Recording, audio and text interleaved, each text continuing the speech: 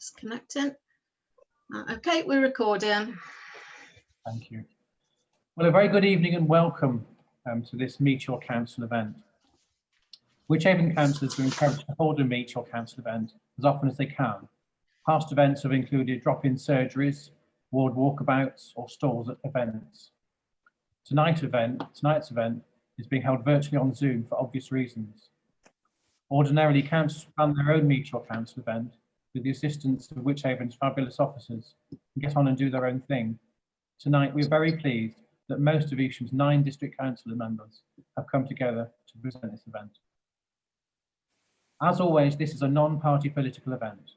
We will do our best to answer any questions raised. Where we cannot give an immediate answer, we will get back to you. Remember, we cannot, if you have specific queries that require a council decision, make a decision tonight, as we do not have the authority to do so. In a moment, I will ask the councillors and officers present to introduce themselves, but first some basic housekeeping rules. Please keep your microphones on mute when you are not speaking. The event is being recorded, so officers can produce and write up or answer any questions not answered this evening. You can ask questions by raising your hands or using the virtual hands up button if you have access to that. Please do not talk over anyone else, and as ever, be respectful of other people's opinions. And so on to the introductions. Well, my name is Robert Raphael. I'm the current chairman of the council. I'm the civic head of the council. It's an honorary position appointed at the annual council meeting each year. And I'm not to be confused with the leader of the council, who is Bradley Thomas. Bradley represents the Harvington and Norton ward, and he is the political leader. I represent the Evesham North ward. I'm one of the members for that ward, which is most of the town centre from Green Hill southwards towards the loop of the river. So can I now ask my fellow councillors and officers to introduce themselves? Peter, my fellow ward member, would you like to tell us who you are? Yes, of course, Robbie. My name's Peter Griffiths. I'm the other district council member for the Evesham North ward. I was elected last May. No, we know where we are. No, a year ago last May, and for the first time. So I'm a fairly new councillor to this process. So I'm very much enjoying the representing the people of my ward, along with Robbie. And Robbie and I work very closely together at all times. Thank you. Thank you, Councillor King. Thank you, Robbie. Martin King, one of the 2 members for Evesham Bengeworth, which is primarily the Bengeworth side of the river. Rough boundary is it runs up Port Street and Broadway Road and everything to the north of there. We also have the other half of the town centre, Bridge Street, and one side of the High Street in our ward. I'm also the executive board member for Council Efficiency and Town Centre Rejuvenation. Thank you. Councillor Mrs Stokes. Evening, everybody. Hi, my name's Emma Stokes, and I'm the other member of Bengeworth ward, sitting with Martin. And I too sit on Whichehaven's executive, but I have the role of executive board member for environment, recycling, and street scene. And I've held this now for probably about 10 years. I really enjoy that position within Whichehaven. But I've actually loved working in Bengeworth ward since 2003. So thank you very much. Thank you. Councillor Ed Cohen. Thank you, Robbie. So first off, I'm going to apologise for my fellow ward councillor Julie Tucker, who's unable to be with us tonight. So I'm Ed Cohen. I'm one of the ward councillors for Evesham South. Evesham South follows round from Bengeworth, so we boundary on the Port Street Broadway Road, and it runs all the way round to the Lincoln Morrisons. So a lot of housing in that area. And I'm on 3 committees at Council, Planning and Carbon Reduction, and the Joint Advisory, which, as I was only elected for the first time in May 2019, is been an interesting learning experience. So, and of course, we both, Julie and I, enjoy trying to make life for our residents better. within the confines of the District Council. Thank you. Councillor Andrew Dyke. Thank you, Chairman. I'm Andrew Dyke. I share the Littlehampton ward with Councillor Francis Smith. And we are both Evesham Town councillors and Wychavon District councillors. The ward runs from the river all the way up Cheltenham Road, which includes all the new houses and Eastwick Park, right up to the bypass, and then across to the link, where we would meet Ed's ward, and then all the way down there in Fairfield. It includes the hospital, it includes the college. There's quite a lot of businesses, so it's a very diverse ward and very interesting. I've been a councillor for 20 years. I had a little break a few years ago with some health issues, but I was re-elected back in May 19. I, like everybody else, enjoy it, and I get a lot of kick out of it. It's busy. I'm also a member of the planning committee, so there's a lot going on there all the time. And unusually in Littlehampton ward, there's quite a lot going on the planning side. Most of what we do is around the district, so it's nice to have some local planning applications as well. I used to run a business in the town. I've been here since 1990. Married to Wendy, who's here somewhere. There she is. We have a couple of sons that live in the town, grandchildren live in the town, and we're very pleased to live in Evesham. It's a great place to be. Thank you. Thank you. Councillor Mrs. Francis Smith. Thank you, Robbie. Until July of this year, I was chairman of Wychavon for the second time. Robbie took over from me. I chair the Overview and Scrutiny Committee at Wychavon. I'm Wychavon's representative on Worcester County Council's Health Overview and Scrutiny Committee, which looks at health matters. I sit on planning, and another claim to fame, if you want to call it that, I used to be an officer many years ago. So, inside and out, Francis, thank you. And Councillor Jed Bearcroft.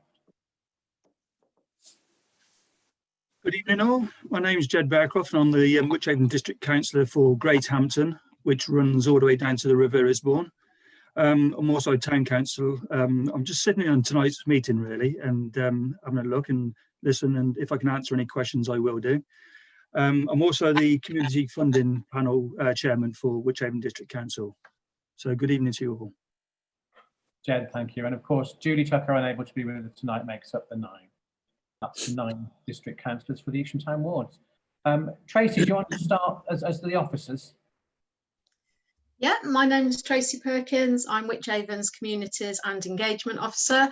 I provide the admin for this event, and I do lots of other things that I'd be here all day if I told you what else I did. So yeah, that's me.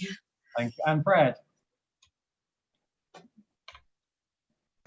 Good evening, everybody. Yes, my name's Fred Davis, clearly stated there. So I am the Planning Policy Manager.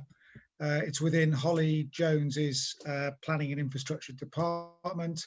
And our main work is on the statutory land use plan, currently called the South Wiltshire Development Plan. And we also provide the forward planning service for Malvern Hills Council as well. So we're a single unit, but we serve both Wychavon and Malvern Hills. Thank you. Fred, thank you. If anybody else would like to introduce themselves, please wave at me. When you speak, in a few moments, when you ask a question, if you could give your name and an approximate address, maybe not a full address, but if you could give the parish or the ward where you're from, that would be helpful for the minutes. Thank you. Nobody's waving at me, so I'm guessing nobody wants to speak right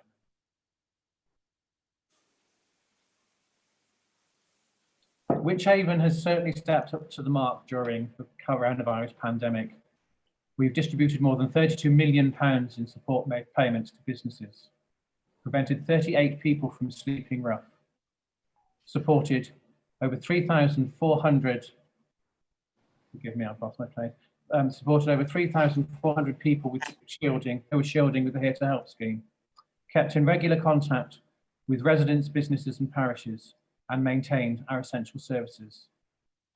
All of this additional spending and lost income will cost this district over £2 million.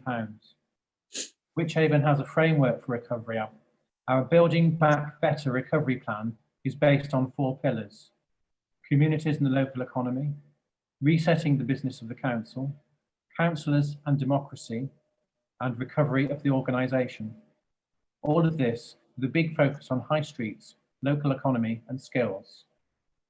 Before COVID, Wychhaven had put together a 4-year strategy with 3 new priorities: supporting people, strong economy and places, and sustainable environment, which included 12 goals and 35 promises.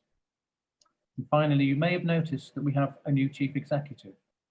Jack Hegarty retired at the end of July and was replaced by a familiar face in Vic Allison. New to Wychhaven is Jane Pickering, who takes on the role as Deputy Chief Executive. I hope some of those points will give food for thought for some of the questions that you may wish to ask tonight. So now, Tracy, do we have any written questions already submitted? You're on mute, Tracy. Schoolboy error, you think we'd learn how to do that by now. So yeah, I've got 2 questions, but Gemma is here herself, so I think she will ask the question.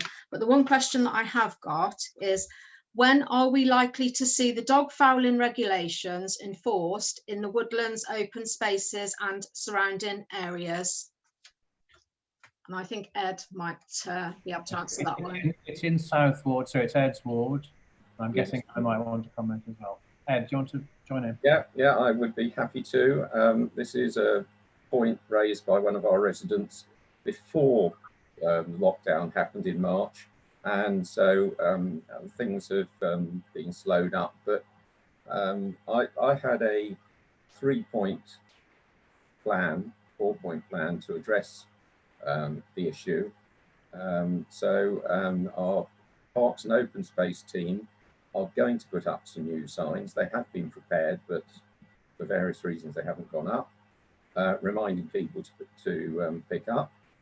And then this particular resident is actually going to do a leaflet drop of the Green Dog scheme, Green Dog Water scheme, which he thinks is an excellent way to make people more aware of their actions. And I know Emma's very keen on it because I picked it up from a conversation with her. And then what I want to do, but I don't know when we'll manage it, is to get some more publicity, get the resident and myself and possibly the dog warden or somebody from one of the enforcement teams to come and have our pictures taken and make the point that this is an issue on Woodlands, and I believe it is on other open spaces as well. But let's concentrate on Woodlands first. So on the enforcement side, the resident had looked at the dog warden side, the dog warden, which is not totally in our control. But I've been talking to Rob Rich, the safety and enforcement manager, community safety and enforcement manager, and he's happy to look at enforcement on the site if we can actually show that there's a problem. And so what he needs is people reporting dog fouling, because he tells me that in the Q1 he had 300 reports of fly tipping, but only 10 reports of dog fouling. So you'll understand that his emphasis has to be towards the 300 cases rather than the 10. So it's a plea for everybody, if they are see dog fouling, somebody not picking up, that they actually report it through the reported part of the website. So I think that's, hopefully that will answer the question. Ed, thank you. Emma Stokes. Yeah, thank you, Chairman. Yeah, thanks for that, Ed. Essentially, it is an enforcement issue, and unfortunately, it's so common. However, there are lots of sort of publicity measures that we can do. The pooper scoop people, we've done Adopt a Street, we've done the The guy where we actually offer pooper scoop bags to people, that sometimes has a bit of a negative effect. But essentially what we can do now, and what is a little bit better and is hopefully going to try to improve the situation, is that we can actually use our own bins, the ordinary conventional litter bins on the street. As long as you've collected your pooper scoop correctly and tied it up in a bag, you can actually put it in a conventional litter bin now, as opposed to purposely seeking out a dog fouling bin. So that is one thing that we have done. But again, it is a case of, if you report it, we can actually try and manage it. And I agree with exactly what Ed has said. Thank you. Emma, thank you. Peter Griffiths. Yes, this is it's a very frustrating problem. It's not just exclusive to Woodlands. Robbie and I have to deal with this in our ward as well, particularly on the riverside walks, which we use frequently. Obviously, Robbie down at Hampton Ferry is only too aware. And we have a very strange pattern of behaviour down there. Is people are quite good at picking up their dog litter and tying it in a little bag, but they then go on to do something else, which is most peculiar, is they hang it in a tree. And there's one particular tree down there which is decorated with little dog poo bags. Actually, it's an unbelievable piece of behaviour in my view. Having gone to the trouble of picking it up, you then hang it in a tree. This whole issue is extremely frustrating. But I would certainly welcome any initiative to try and deal with this regarding signage and that sort of thing. And Emma, perhaps we could get, are we having additional signs made that advise people that they are allowed to put their litter bags in the normal public waste bins? Yeah, that's me, Emma. Yeah, absolutely. It is one of the things. There are stickers on most bins that you will find that actually say that you will take extinguished cigarette ends, which is another plague on our society. It will take bagged up pooper scoop. And really, it's those stickers on the bins. It's trying to make people aware that, yes, these bins can take these particular products away, because obviously, and what you've said in connection with the tree, it is absolutely amazing. The officers do have a name for it, which I will not repeat, but it is a most gross experience, and I really can't understand how people can do that. Genuine dog lovers, genuine dog owners do not do that. But I don't know why some of these people decide that they think they can do that type of thing. It amazes me, but it really is down to notification, publication, and letting people know that it is wrong to do that. Any bin will do is the mantra to take home, isn't it, Emma?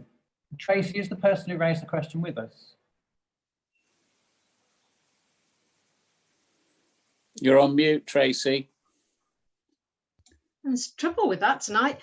Sorry. Yeah, Gemma Mulder. She raised the question. Sorry, hi there. Can you hear me? Certainly can. Okay, great. I've been having unstable internet issues, so sorry if I go down.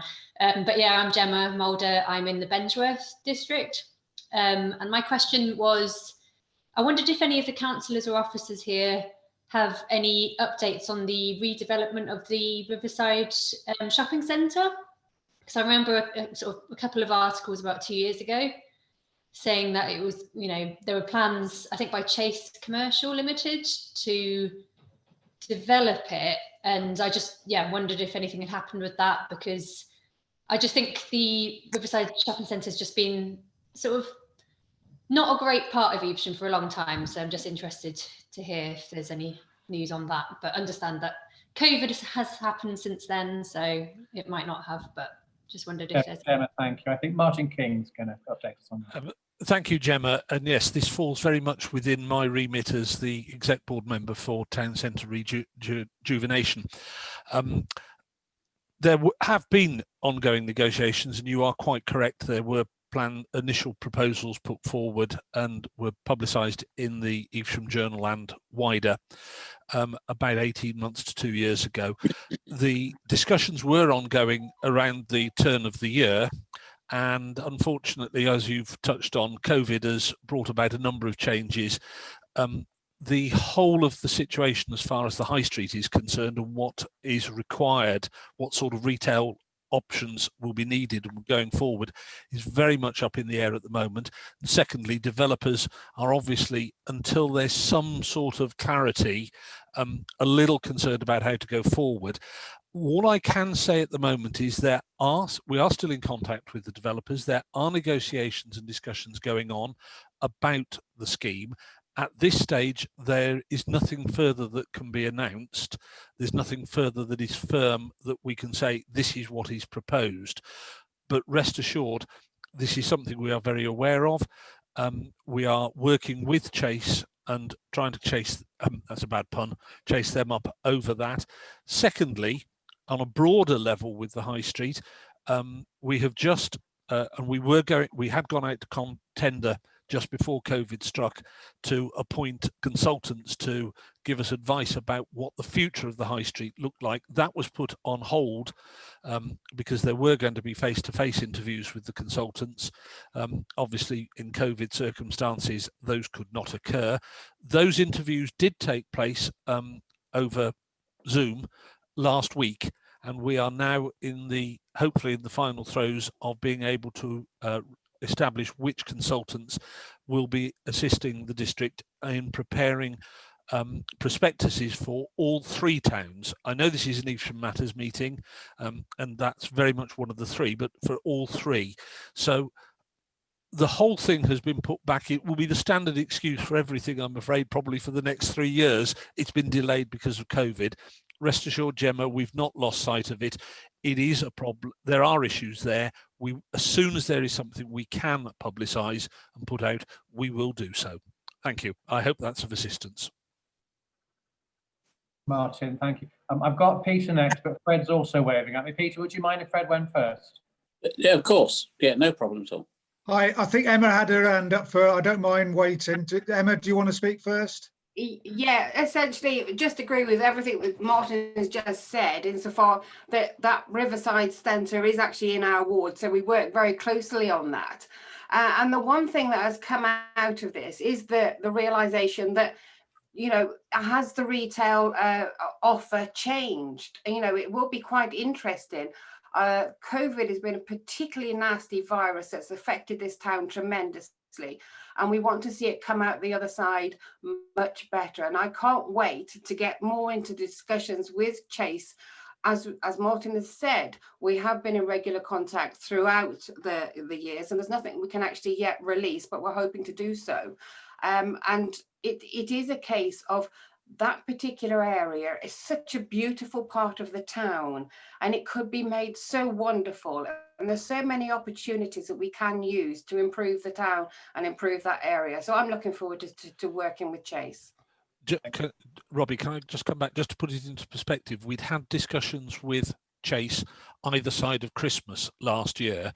There were more discussions intended for early in 2020. You know, it's not that we're just saying that things hadn't happened. And obviously everything stopped because nobody wanted to move forward. Nobody wanted to move forward because nobody knew what the parameters were going to be. Thank you. Let's go back to our original list then. It's Peter Griffiths, then Fred Davis, then Ms. Nishigaki. Oh, thank you, Robbie. Yeah, I just wanted to add in. I also sit on the Town Centre Advisory Panel, and I was going to raise the point about the Town Centre prospectuses, which we've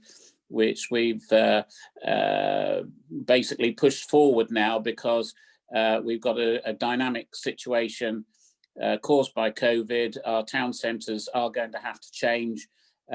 We need to make many changes to the town centre offers, and we've got a lot of key issues which we are currently discussing with the developers. But one thing I just would like to point out is the people who own Riverside are the same people who have somewhat in the last 2 years somewhat rejuvenated the town square, and I'm sure that everybody is delighted with the appearance of it now. It's now a vibrant sort of cafe culture area, serving different offers to all sections of the community, different things, upmarket, slightly lesser things, and down to coffee houses and that sort of thing.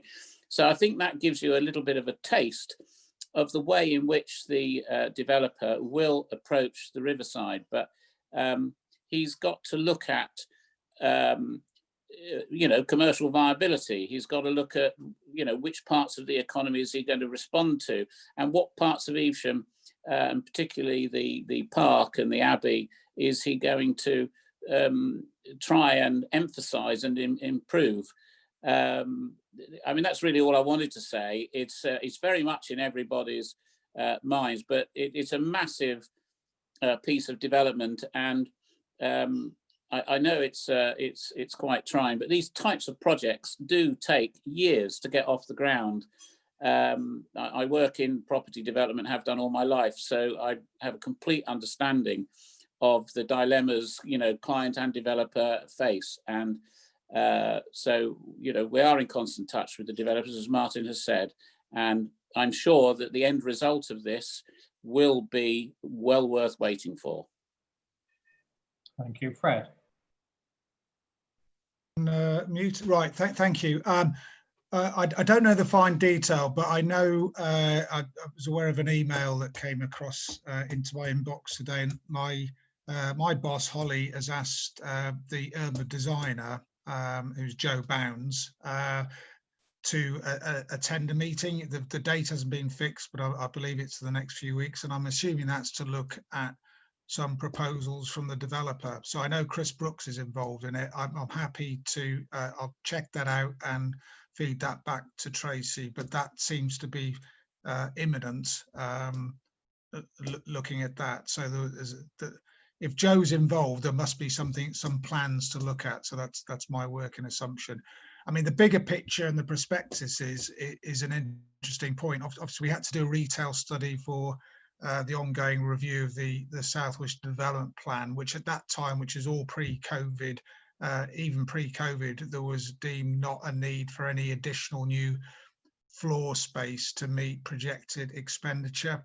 But COVID's thrown sort of a bit of a curveball into that, and it depends on the size of settlement. So we know the big cities are getting hammered at the moment in terms of declining use of office space, which then has implications for retail in particular, and coffee shops, etc. But there is indicative evidence that that the smaller towns are actually doing better. More people are shopping more locally.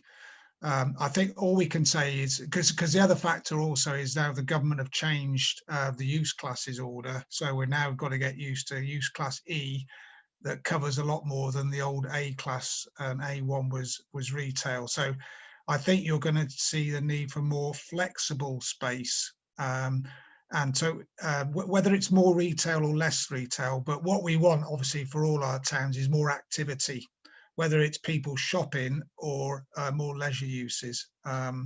So you're not going to, I think there'll be a danger to be precise, because no one exactly knows yet the full implications of COVID-19, which might be long-term as well. But the main thing is to try and get more activity when we can on that. So that's all I wanted to add at this stage. But I said I'll feed back to Tracy when I understand exactly what the meetings are about. Thank you. Fred, thank you. Emma Nishigaki and then Chris Haynes.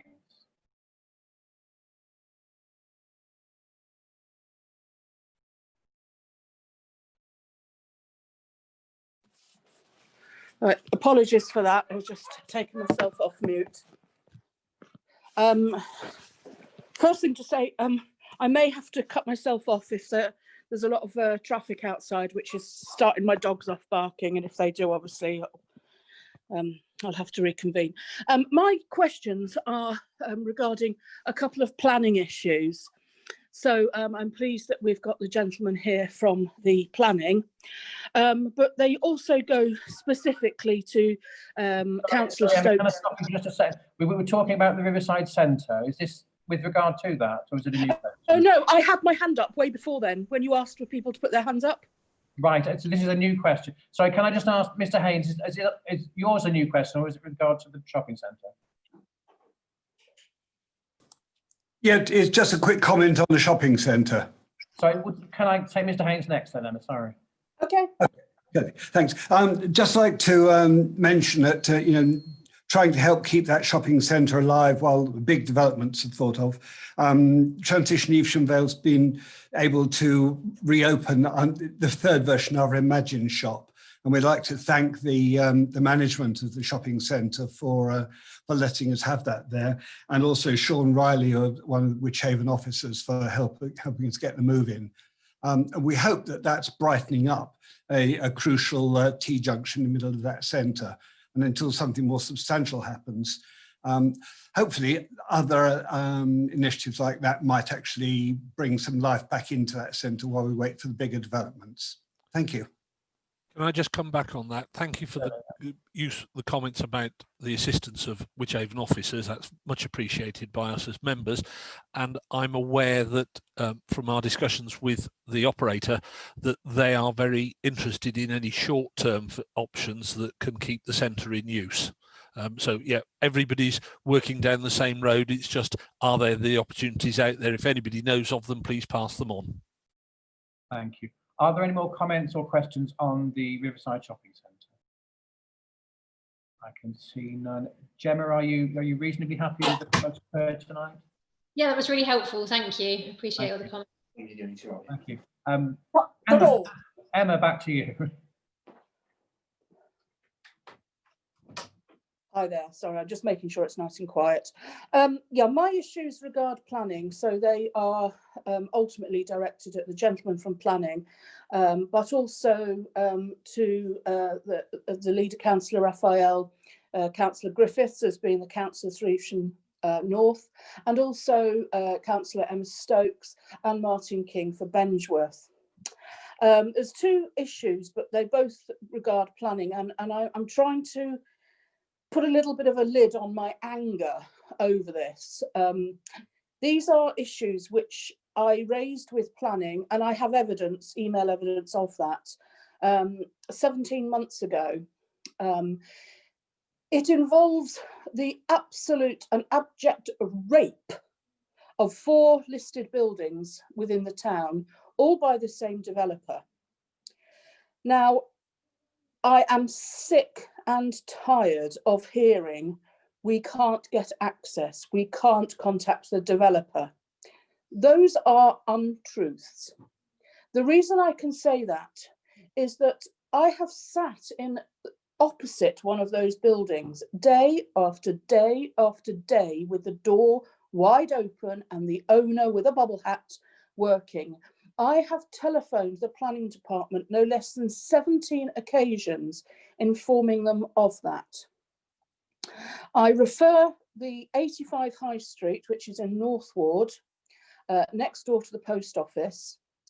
I have observed that building having sanitary ware taken in and installed on the ground floor, walls being taken down. Bear in mind, this is a listed building, a staircase taken out, flagstones covered up, walls removed, doorways removed. We are talking major building work. Therefore, I do not appreciate the suggestion that the work comes under the remit of internal decoration. It is not internal decoration any more than the works in the High Street and also the works at the bottom of the Bridge Street next to the British Heart Foundation. This is all the same developer. I am sick and tired of being told that enforcement are doing this, or we can't tell you that, or we're following a legal process, or we don't want to take them to court. All this person does is I was told a stop notice had been put on 85 High Street back in September of 2019. I have the evidence for that. That was never, ever enforced, and he continued to rape and destroy that beautiful building. So that's my first issue as to why the planning department, and I do know that there are councillors who have been onto this and have tried to get answers to this, specifically Councillor Griffiths, and are also being met with the same brick wall. The other issue is in the conservation area of the High Street predominantly, but also in Bengeworth. The amount of buildings, including a brand new one that has opened in the old Margetson's Jewellers, where they are wallpapering shop windows. They're predominantly Eastern European shops selling soft drinks, sweets, crisps, and other items which I'm sure people will be aware of. Why is this being allowed to happen? It's reported and yet nothing happens. Some of those shops have had that wallpapering over their windows for years. We have councillors who are supposed to represent us to sort these things. It would seem to me, and I stress those words, it seems to me, this is not an accusation, that the planning department is no longer fit for purpose.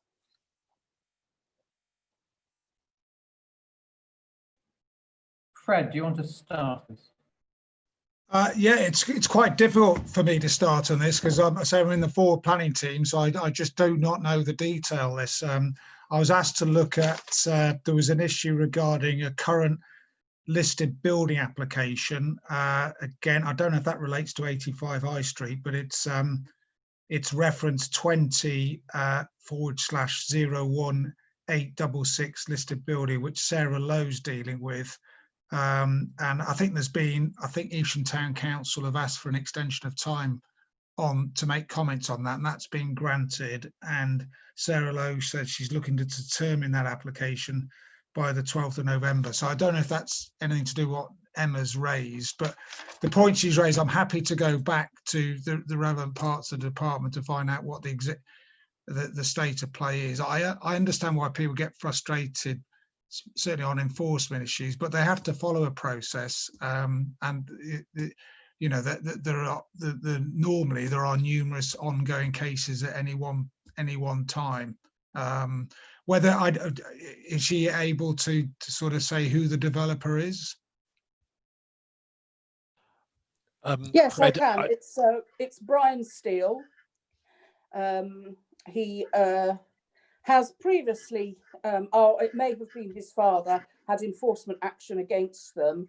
Yeah.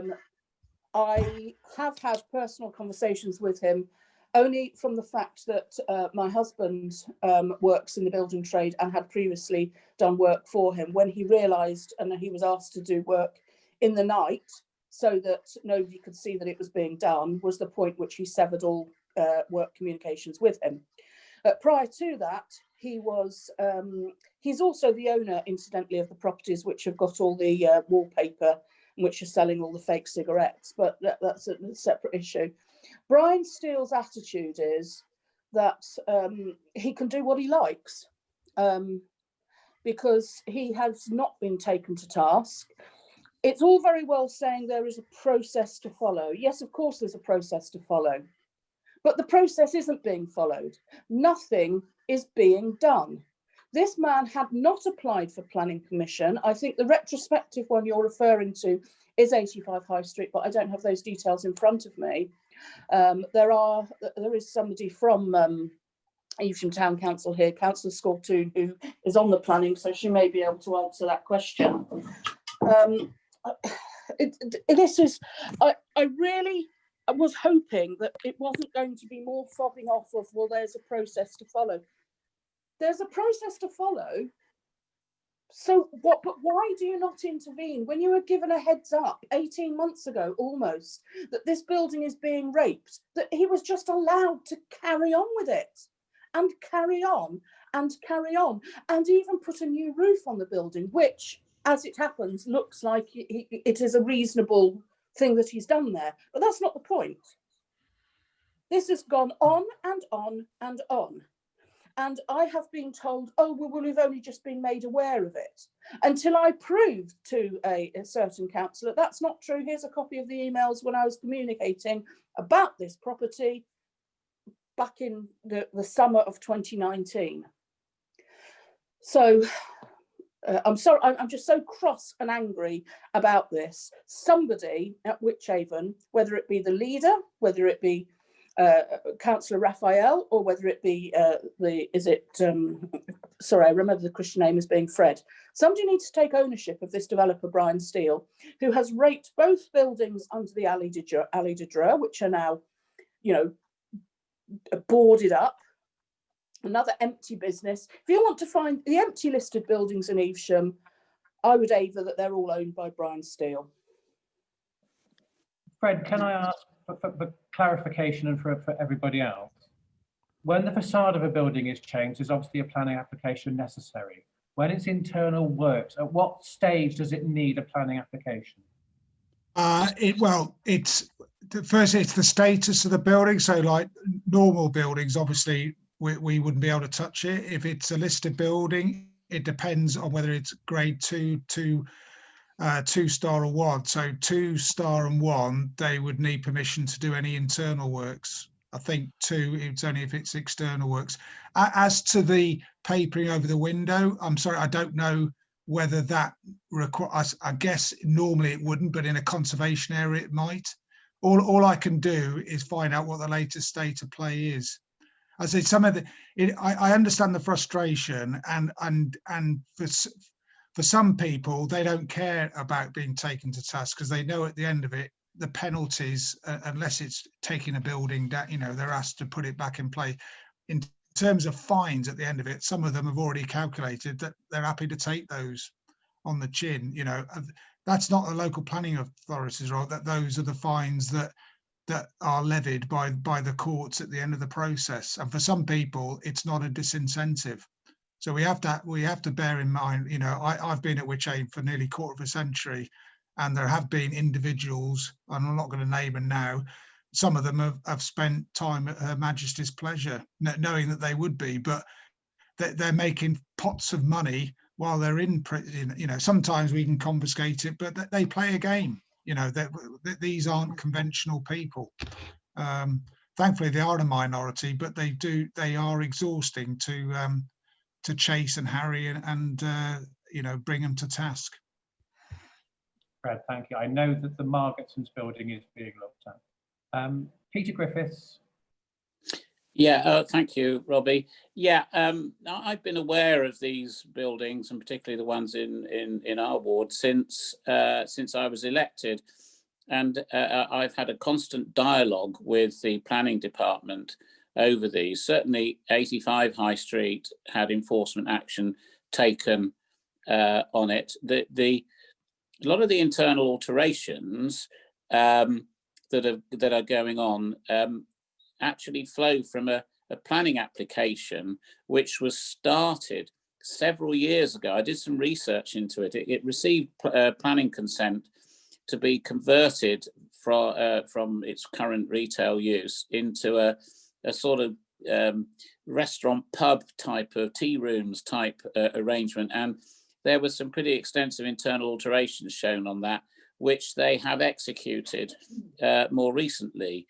And but they had done other work which was outside that consent, that historic consent, for which they were enforced against. And I understand they were forced to make a retrospective planning application, which I think is current at the moment. So that's 85 High Street. Just to clear up a point, particularly Emma, I know that this character who you've mentioned is a repeated offender in our eyes, and he is a pain in everybody's side. But the trouble with planning law, and this is the law, is that we can't take action, a planning action against somebody because of who he is. It has to relate solely to the planning matters. As far as I am aware, and I know probably Martin or Emma might be able to comment, that the properties in the Allée de Dreux are under current enforcement action. And again, I think he was forced to make some retrospective planning applications as far as that is concerned.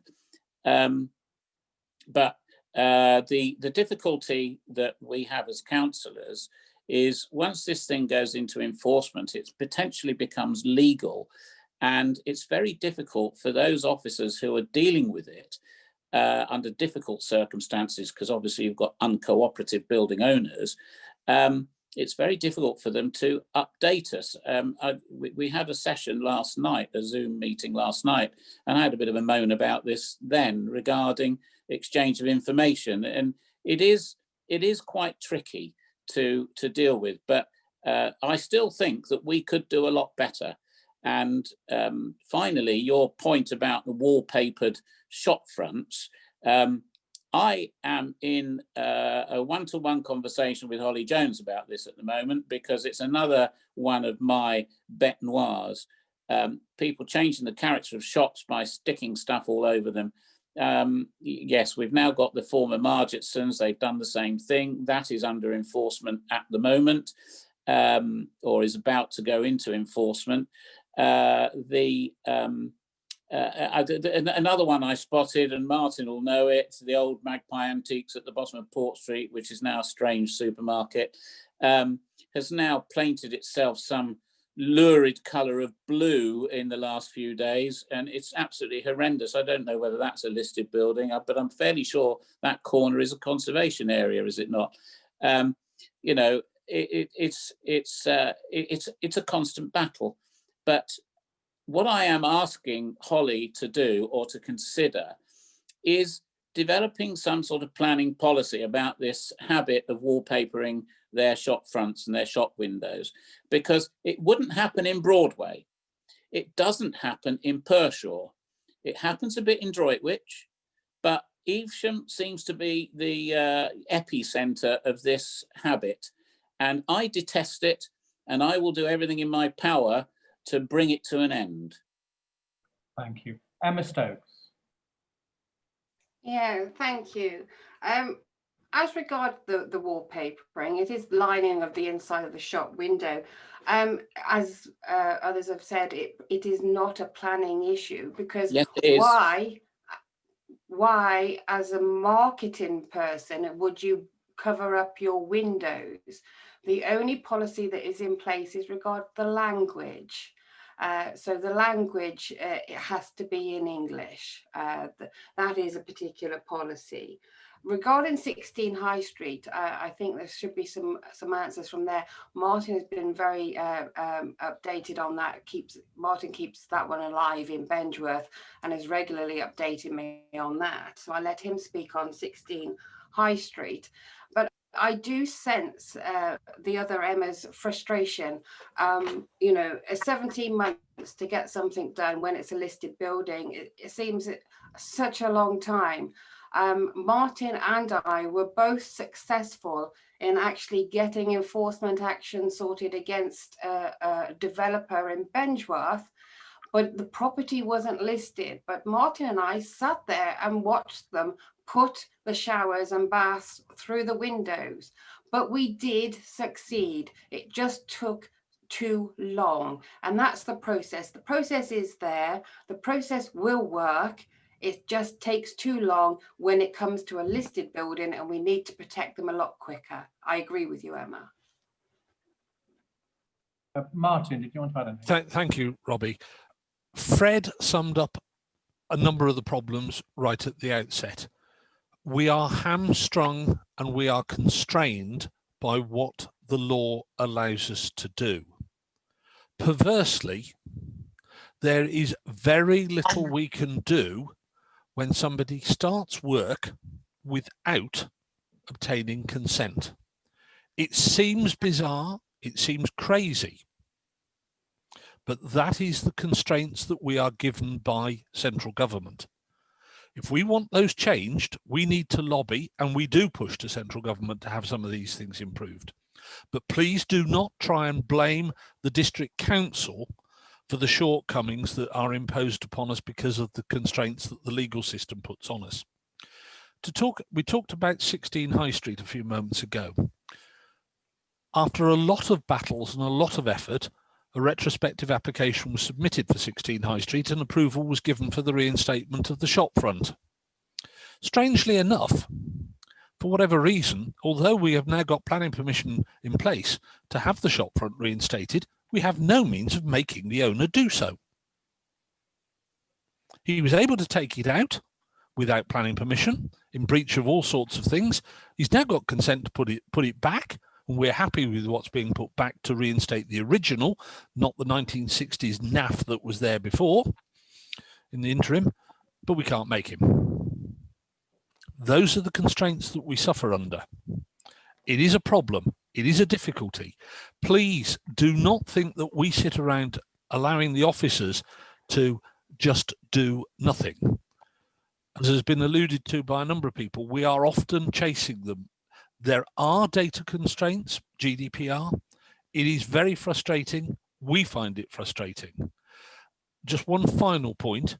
I think somebody suggested that the old Margitsons is owned by Mr. Steele. I think No. you find that that is incorrect. No, that wasn't said. Wait a minute, Emma, if you listen to what I said, I think somebody suggested it was owned by Mr. Steele. I may have picked up the wrong comment. Just wishing to make it clear, that building is not owned by Mr. Steele. Thank you. No, it's owned by the town council. It's owned by the Wallace Family Trust. It's owned, it's Wallace House, isn't it? Yes, which is not the town council, Peter. Oh, I thought that Can we was. keep our planning comments and questions as a theme? Are there any more questions with regard to planning? Nishigaki. Yeah, a couple of points I'd like to come back with, just to reiterate to Councillor King. My comments about them not doing nothing is when I have evidence that I made contact regarding the work in July of 2019, to then be told in August 2020 that it's the first they've heard of an issue with that property. That is to what I am referring. Okay, I'm not blaming councillors. The councillor that has been working on this, Peter Griffiths, understands my frustration, and I think in general is in full agreement.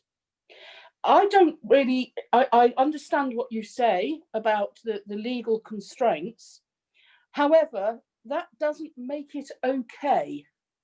And therefore, I feel that the officers concerned and the councillors concerned with planning need to be taking steps to lobby Nigel Huddleston or whatever is concerned, because I don't think it's right that we just sit back and say, well, it's the law.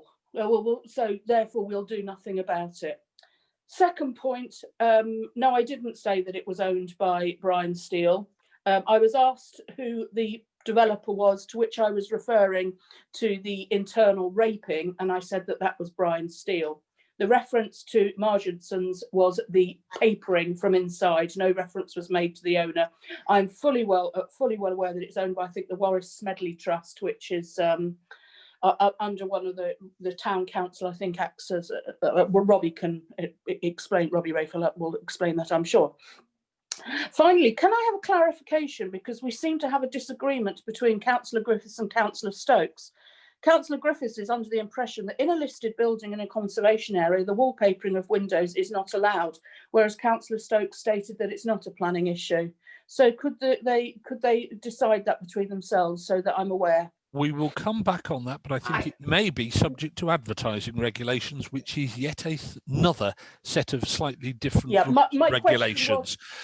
I think Emma, I think the best thing is that we will go away and find out exactly what the regulations are there and come back to you. Yeah, my question was to Councillor Griffiths and Councillor Stokes, because the one has said one thing, the one has said the other. That's really, Councillor King, it's quite clear. If it's a listed building, Emma, it does have different rules. Some of the shops don't have listed building consent, and they can choose to do what they wish within the buildings size. to which I So was referring are all listed. The buildings the buildings to which I was referring are all listed. And when you stated that it wasn't a planning issue, Peter Griffiths said, obviously he wasn't on mute, no, it is a planning issue. So with respect to Councillor King, this is a question where people are here to answer specific questions. Yes, by all means, go away and check it. Right here and now, I have two councillors who have given different answers. I ask them, nobody else, them to answer those questions. Thank you. Can we go straight to the horse's mouth? Excuse me for using that phrase, Fred, but Fred, could you answer that for I will have to check on that because I'm a forward planner, so I need to be precise. You would have thought it would, well, it's complicated because there is advertising consent, and then whether it's a listed building and also what grade a listed building it is, or in the conservation area. Happy to get my colleague Jim Bergen, someone in his team, to clarify that point, and we'll feed that back to Tracy to send out. Just a general point that Martin said, and that's exactly right, because normally when someone makes a retrospective planning application and it's approved, they have every incentive to implement that planning mission. We can't force them to do, and normally it's not a problem. But if you've got a developer who's got no interest in implementing that planning mission, I'm afraid there's very little we can do. It'll simply lapse, and there's no planning mission to put that thing back, and they would have to reapply again. But you know, if they don't want to do it, we can't force them to do it. Thank you. Peter, is it going to enhance the debate? You're waving at me. Well, I think it will. Yeah. The majority of these buildings are either in a conservation area or are listed. The ones with the wallpaper on the front. In my opinion, and my interpretation of the planning law, which I worked with throughout my entire career, although I am not a planner, is that it's a material change to the appearance of the building. As I said before, it wouldn't happen in Broadway. It doesn't happen in Broadway. It doesn't happen in Pershore, but it does happen in Evesham, and it does happen in Droitwich. I have spoken to Holly Jones about this, and it's an ongoing discussion. And this is something which I raised during my election campaign, actually. And what I am seeking is a planning policy statement about this activity. I realise we can't change it overnight, but I think people need to know where they stand. It's a material change to the appearance of the building. And it's something which is very disagreeable. I have lots of complaints from my residents who live in the high street. I have lots of complaints about it, and I have transmitted all of those to Holly, and it's an ongoing conversation. And I'm currently waiting for one of the planning policy officers to revert to me regarding that. So that's my position as councillor for Evesham North. I think we all share your frustration. While we're on the planning theme, do we have any new comments or questions on planning? In that case, I'm going to take a new question. And Helen Russell. Hi, firstly, thanks for organising the meeting. It's good to have an opportunity to see councillors and ask questions, and I hope it's something that possibly would continue post-COVID. I've got a couple of questions. The first one is, the first two are related to the Witch Haven Recovery Framework Plan. In there, it states that there's going to be more opportunities for walking and cycling provided, and I just wondered if there's any more specifics on that. I understand that Worcestershire County Council got a bit of funding through the Active Travel Fund, although not as much as they bid for, and I wondered if you knew how much of that is coming to Evesham and there's any firm plans to start that yet. Also, in relating to this, really, it's also in the plan, it states about the Intelligently Green plan that there's going to be a review of the actions and timescales for the plan. I wonder if maybe Emma, you could say anything about that, because obviously the climate emergency isn't going anywhere, and to delay it, I think the work on that, if there is going to be a review of the timescales, then it's actually being done at this precise moment in time. And Ed Cohen sitting on the panel.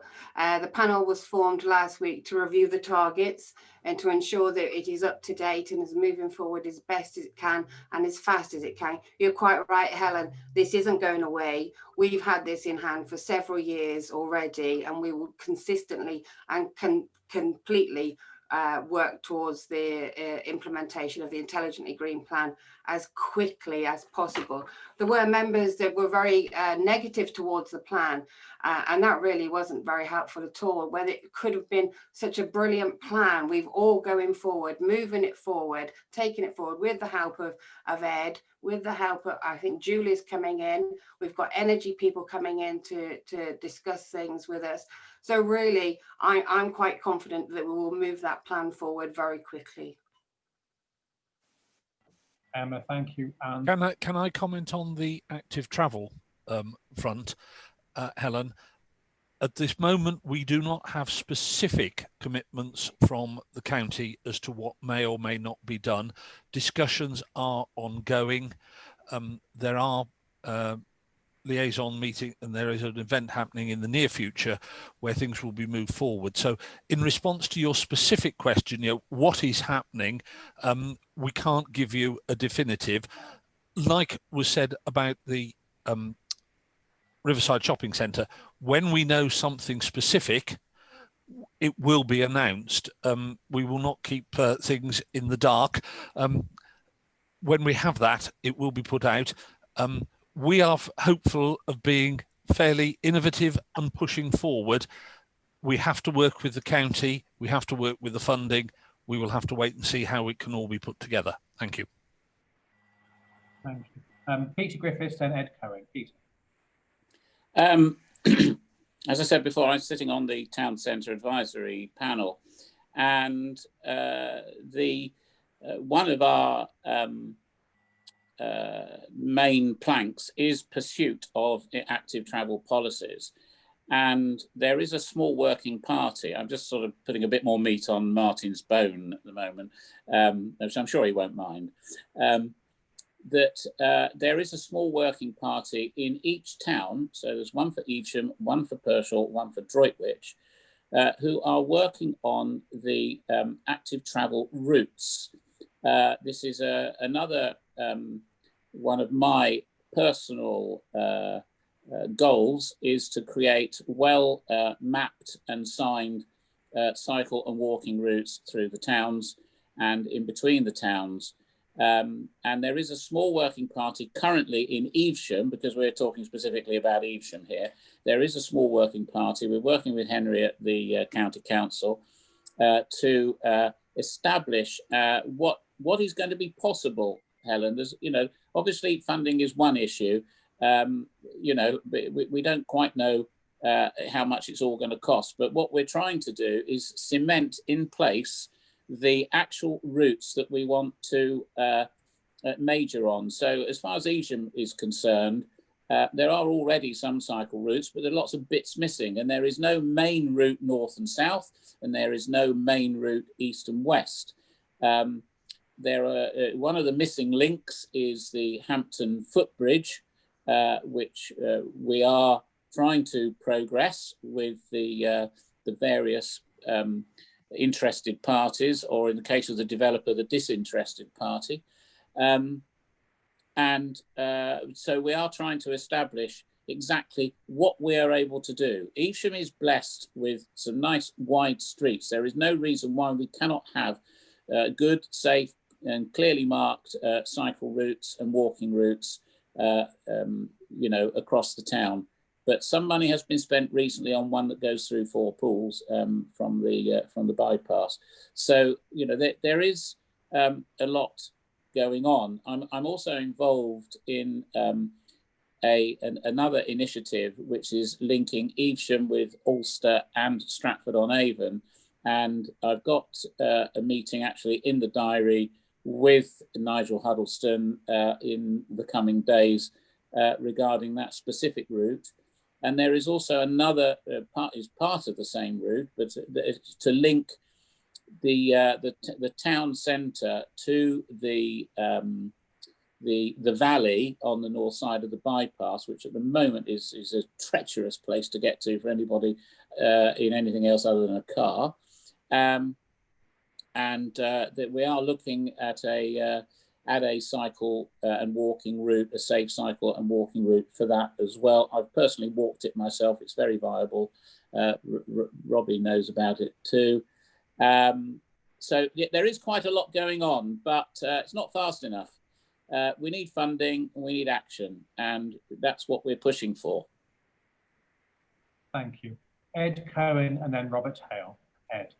Thank you. Well, of course, Peter said some of the things I wanted to mention, but I think I should point out that the council have budgeted for and approved an active travel officer to support some of this activity, which is on the one hand, and from my point of view, I've managed to run a reasonably successful promotion in Morrison's with the community champion has arranged to display the Evesham walking and cycling map on her community board, and we've had 2 or 3 different activities featured on there, including the adventure playground, Dr. Bike scheme, and there was a cycle to school week that she's also featured. So trying to get the message out there. And of course, you know, we mustn't forget the adventure playground and all they're doing with bicycles, that they've recovered. This was up until the spring. They've recovered, I think it was 2 tons of bicycles from the tips and restored them, and they sell them off to people to get bicycling to happen more frequently and for people who can't afford a bicycle. So that's the one side, the active travel. The other thing I wanted to comment on the carbon reduction panel, which is a great initiative. I agree with Emma that we will be, we'll be reviewing the targets and hopefully speeding them up. The Intelligently Green plan contains 53 actions, and we're going to look at approximately 14 of those each time we meet. But there will be plenty of preparation beforehand, and we'll have council officers coming and talking to us about it as well. My biggest frustration is being on the planning committee, where on the one hand, we've got the Intelligently Green plan, where we want to reduce carbon emissions of the district. And then on the other hand, planning applications come forward, which have got gas boilers in them, and therefore increasing the carbon emissions. And this is outside our control. It is within the control of the government, who are currently are not talking about banning gas boilers until 2025 at the earliest, and are not.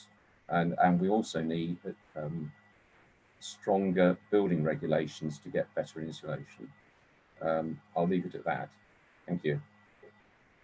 Ed, thank you. For the benefit of those who can't follow the chat panel, Helen asked a follow-up question asking whether Cycle Evesham Vale or Evesham Wheelers are involved in the working group as good people to be involved with cycling. I think I'm right in saying Robin Walker is a strong part of that group. And yes, people are nodding at me, so thank you. Yeah, that's true, and also Colin Tether as well. Robin is a member of the town review, the town panel, which Peter has mentioned a number of times, and which I attend as a non-voting rep. And as others around this meeting can confirm, on odd occasions, I have been seen cycling around Evesham. And we do have another promoter of cycling very much with us, Robert Hale. Certainly do. And Robert, you're up next, followed by Emma Stokes. Robert. Yeah, well, funny enough, the last subjects have been linked together as to the sort of things I wanted to talk about. I look forward to meeting you, Peter, next with Nigel. I've been working on that particular route for the last 8 years. When I first met Sean Walker 8 years ago, and we walked that bit of a route, and that's how quickly things are moving there. So I hope we can progress something. The next thing is I see there's going to be a path foot between Badsey Lane and Broadway Road across the top of Benj Hill. Good idea, especially if you can cycle it and walk it. Like something I actually proposed when the housing on Knoll Hill, not Knoll Hill, on Benj Hill and in Lavender Fields was proposed. The problem is that the footpath in the Lavender Fields is there's a statutory footpath right along the edge, which is quite difficult to maintain. I see no reason why that shouldn't have been properly integrated as a statutory footpath into the Lavender Fields estate itself, and then integrated into a proper walking and cycling path to link up as a circular route around the town. Hopefully because obviously it's got to then extend out to Offenham Road to enable children to get to the high school, the De Montfort School. It's an obvious route, and yet all this is happening piecemeal, and there seems to be no long-term planning. I could see this 7 or 8 years ago, that was the right way to go. So I'm a bit disappointed. First, as a town councillor, I knew nothing about the implementation of this footpath. I just happened to cycle by the heaps of gravel there yesterday. And second is the lack of long-term planning. And then the next thing is I'm also on the town council, the powerless town council planning committee.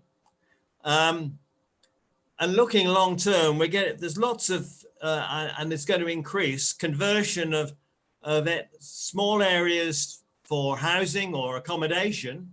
And that's going to be increasing pressure in the town as at least some shops will be converted to housing.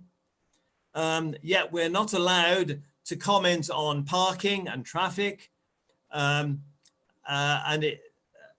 which is just will increase the whole traffic problem in Evesham.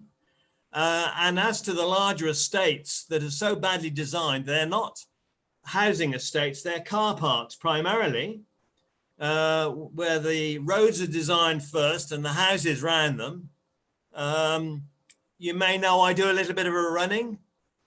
And when we run around these new estates, we don't run on the paths because they're dangerous. We'd run on the roads.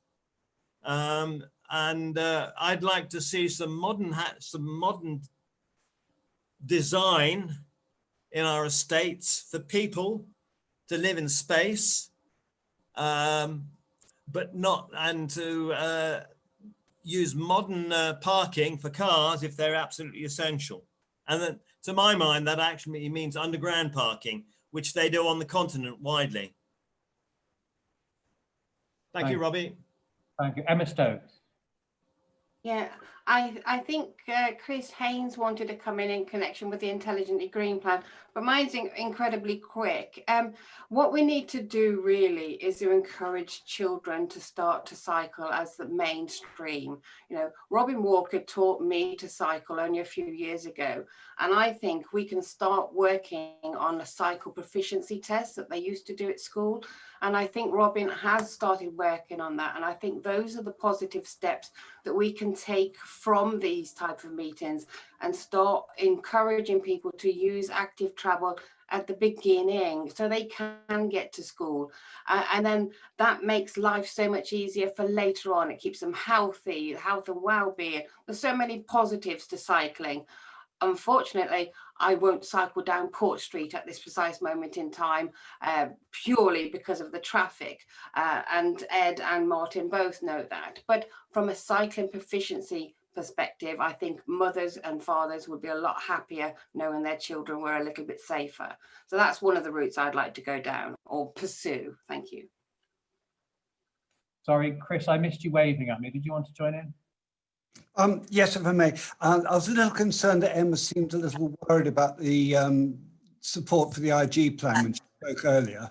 I'd just like to sort of reassure her that a group of local organisations came together. Ed and Helen were part of this meeting last week to work out how other local groups and voluntary organisations might come together to help implement the community aspects of the Intelligently Green plan. So there is community support there, Emma. Don't give up hope. Thank you, because I was particularly helpful with particularly thankful for to transition Evesham Vale's contribution in the early stage into all our plans, and to have it continued out in the community is absolutely wonderful. It's that type of engagement I'm looking for, and if you can channel through Ed, you can bring it direct to the carbon reduction panel. That would be absolutely wonderful. Thanks, Chris. Chris, Emma, thank you. Robert Hale. I applaud your targets, Emma, But the realism is you've identified the problem that you won't cycle down Port Street. Personally, I don't find it a problem.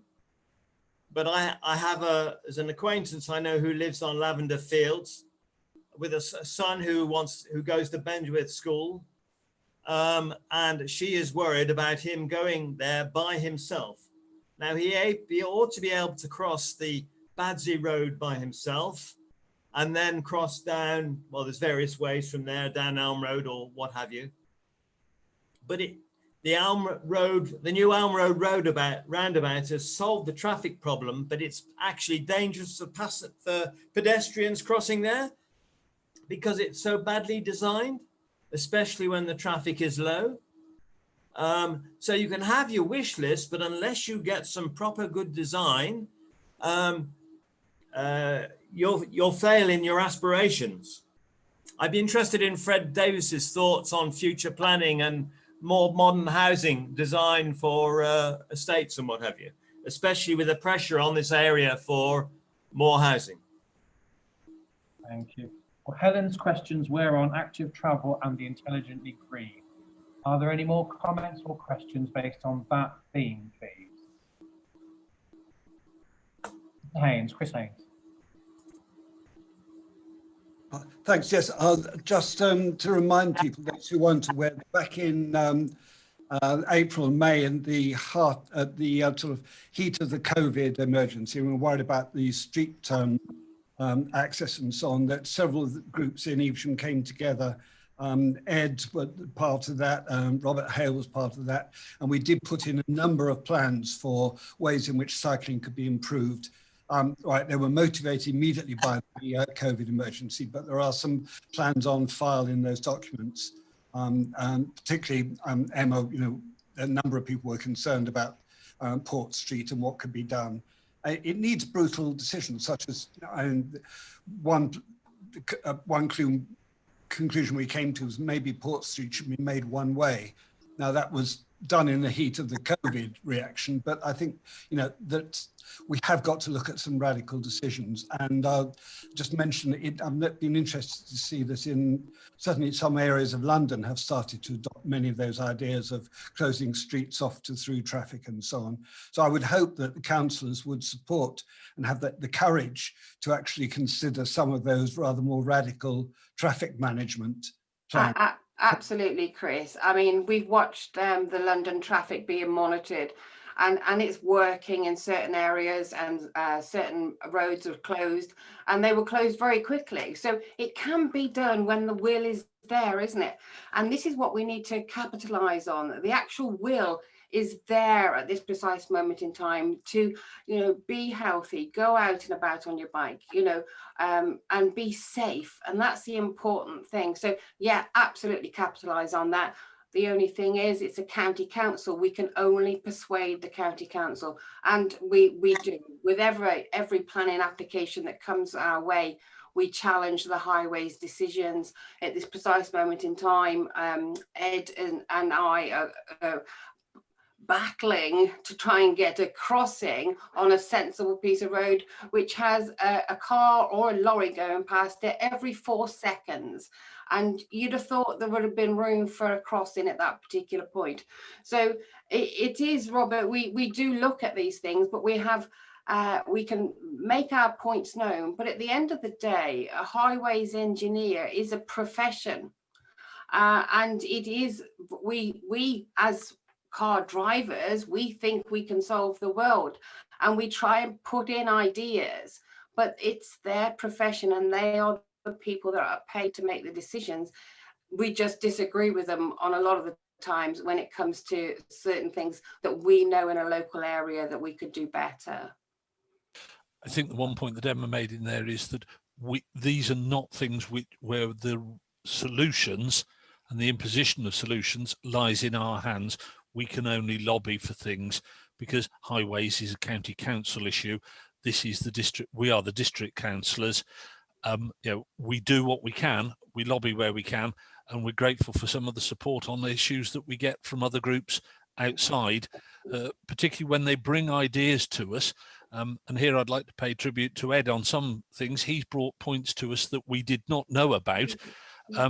because we can't be experts in everything, and have been taken on board, and Ed's worked with us with developing them, but that is a course of action. We can only lobby when we know about things. Thank you. Helen Russell, as the questioner, you're welcome to have the last word if you wish. Otherwise, I'm going to take a new question. No, just thanks for the responses. And hopefully then you will be lobbying the county council, because I think that's going to take some work to change hearts and minds there. Yeah.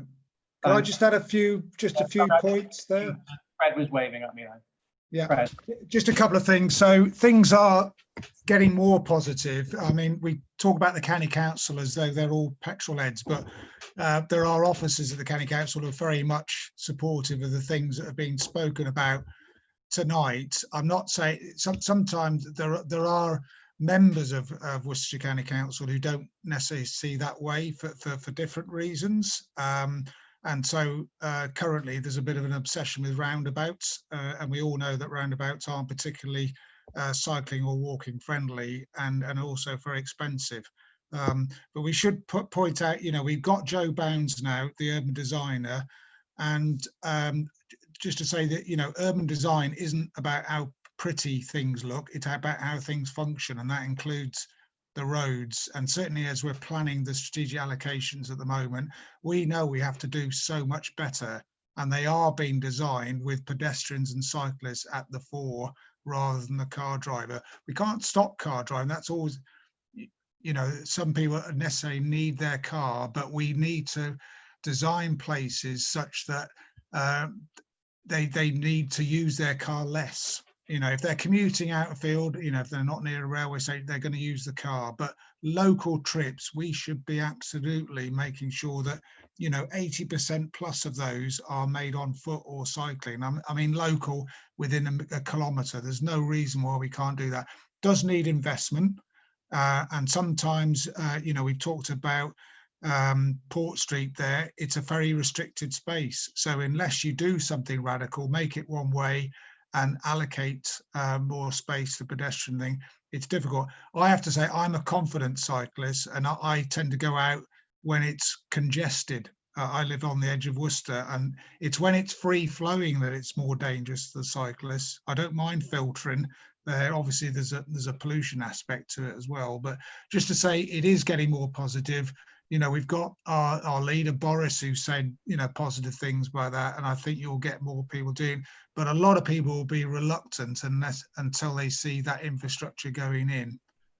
And I'm no longer a parent of young children. I've got confident future, but if I was young, I'd have concern. A lot of areas I just wouldn't put my kids on.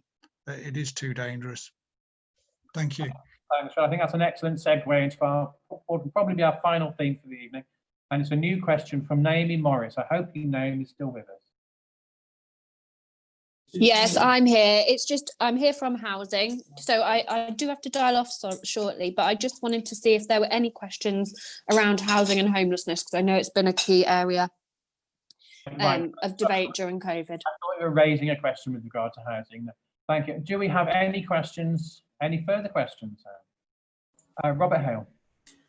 Just to follow up from Fred's cycling thing, is there a plan to put a round Evesham cycle route along, well, parallel with the bypass? Effectively, a lot of that land is within Wychavon control.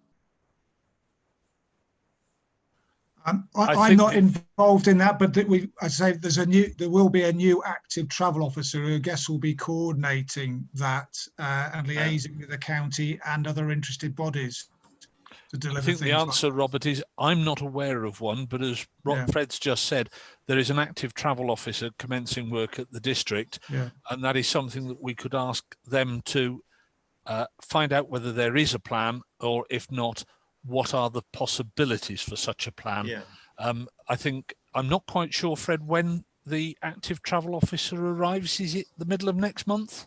I thought it was pretty soon. I believe they have been appointed. Yeah, they have been appointed. I have been told what the date is. I have to say I can't remember. Emma looks as if she's perhaps about to remind me. It is within the foreseeable future. Yeah, I'm not sure whose team they're going to sit in. For all I know, it could be mine, but no one's told me. But I'm assuming it might be Phil Merrick's. I think you'll save that task, Fred. Yeah, thank you. Can I just put in? Yeah, I think he's Matthew Barker. His name is, and Martin, you're right. He does start in the middle of November, and he's going to partly be in Malvern. I think he will come into Malvern, but he will also have some management from Cherry Mansfield. Yeah.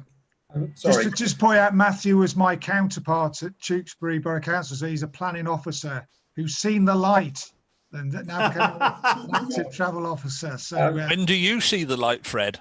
Yeah, well, I can barely get on a bike at the moment thanks to my sciatica, but there we go. I don't want to, correct Tracy, but I think Matthew Barker is the carbon reduction officer. He is dead, and he's coming in on the 16th of November. Yes. And you had me doubting myself then, Tracy. I'm sorry. That's what I was going to say. Is Intelligently Green, we have Matt Baker, who's coming in on the 16th of November as a carbon reduction officer to help us with the Intelligently Green plan. But the active travel, I can't recall when that's happening. So I've changed the subject. Sorry. Yeah. But Matthew, it's part of the same thing, though. Carbon reduction requires positive intervention for cycling infrastructure. So yeah, apologies. We're in danger of getting hung up on an exact date. What we do know, what we're all uniform it's been about planned. is it is in the foreseeable future. Yes. We can clarify if needs be after this meeting. Thank you all. Do we have any further questions?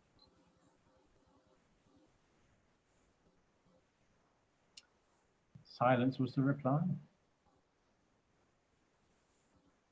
In that case, a little early, but I think we're pretty much done unless anybody else has anything to add. Can I just thank you for chairing it and keeping us under control? I could never keep you under control, Martin. I wouldn't dream of it. Thank you all very, very much for attending. Pretty good turnout at the end. We were a little disappointed a few weeks ago. Not many people had registered. It's not bad at all now. Thank you. And let's hope this keeps up. Thank you all. Stay safe. Yeah. Good night, all. Thank you, everybody, and thank you for those giving their time. Thank you. Thank you, Fred. Thank you, Robbie. Good night, all.